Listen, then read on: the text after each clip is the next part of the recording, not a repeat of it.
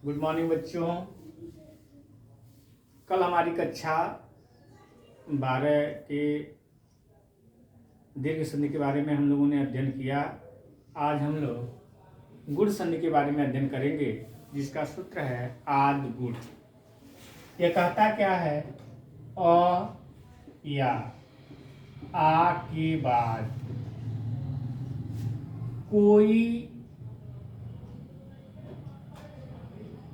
स्वर यानी ई उ री ली, ये 4 स्वर यानी अ आ के बाद ई उ री ली आते हैं तो चाहे ये छोटे हों चाहे ये बड़े हों, तो दोनों के स्थान पर ए ओ अर और अल हो जाता है। यही गुण संधि है। गुण संधि में केवल इतना ही देखना है कि अ अथवा आ के बाद हरस या दीर्घ ई उ री ली, ये 4 वर्ण अगर आते हैं तो पूर्व और पर यानी पहले वर्ण और दूसरे वर्ण दोनों के स्थान पर, एक के स्थान पर नहीं, दोनों के स्थान पर ए ओ अर और अल हो जाता है। अब देखते हैं हम, जैसे सूर धन इंद्र। यहां देखें, सूर्य के अंत में क्या है? अ, और इंद्र के अंत में क्या है? ई। और अ और ई दोनों जब बनेंगे ए बन जाएगा। अब हो जाएगा क्या? सुरेंद्र। इसी तरह महा धन ईश, ये क्या है? पहले शब्द के अंत में क्या है? आ। दूसरे शब्द के अंत में क्या है? बड़ी ई या दीर्घ ई। आ और ई मिलेंगे तब भी ए बनेगा और ये हो जाएगा महेश, महेश। इसी प्रकार जैसे गण धन ईश, तभी बन जाएगा अ धन ई बराबर ए, अधन ई बराबर ए यानी गणेश। अब आगे हम लोग देखते हैं वो का उदाहरण, जैसे उप धन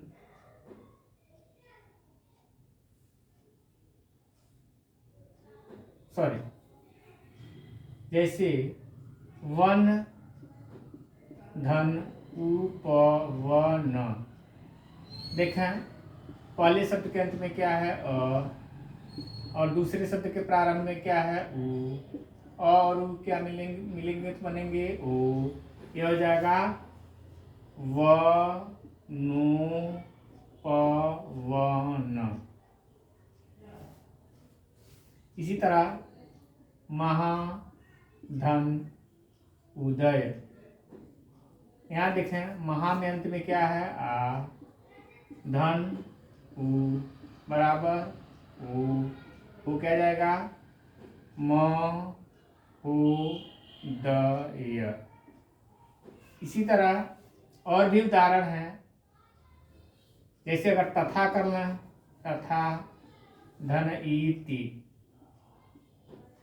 तथा धन इति, यहाँ आ धन ई बराबर ए होगा त थे ती। इसी तरह का उदाहरण देखते हैं हम लोग, ब्रह्म ब्रह्म धन ऋषि।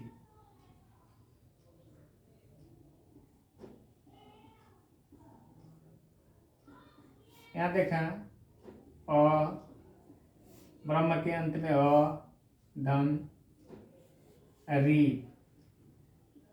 ये दोनों मिलके अर हो जाएंगे और ये हो जाएगा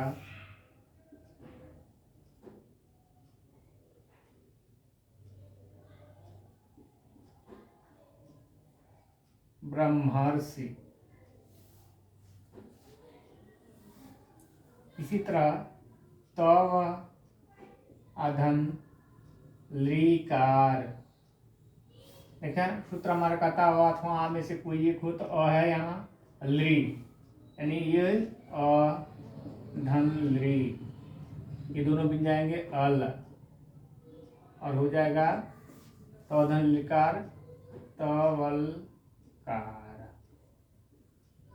इस तरह जो हमारे गुण संधि है, इस गुण संधि में ए का भी उदाहरण हम लोगों ने देख लिया, ओ का उदाहरण, अर और अल, ये चारों के उदाहरण हम लोगों ने देख लिया। परीक्षा में जो भी पूछना रहता है बस यही सामान्य सी चीजें पूछी जाती हैं।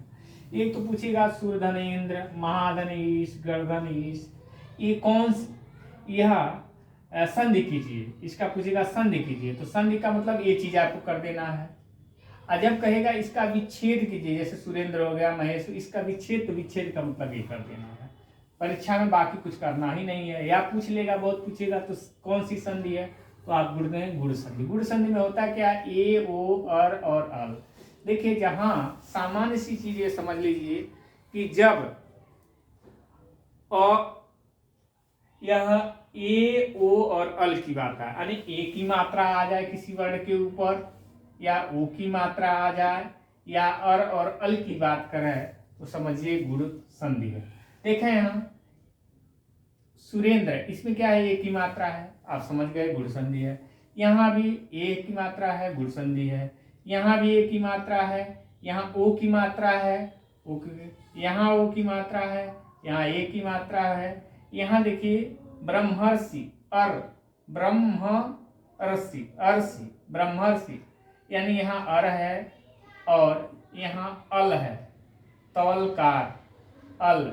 बस पहचाने का सामान सा तरीका ये है कि संधि में ए ओ अर और अल आता है तो वह गुण संधि होती है।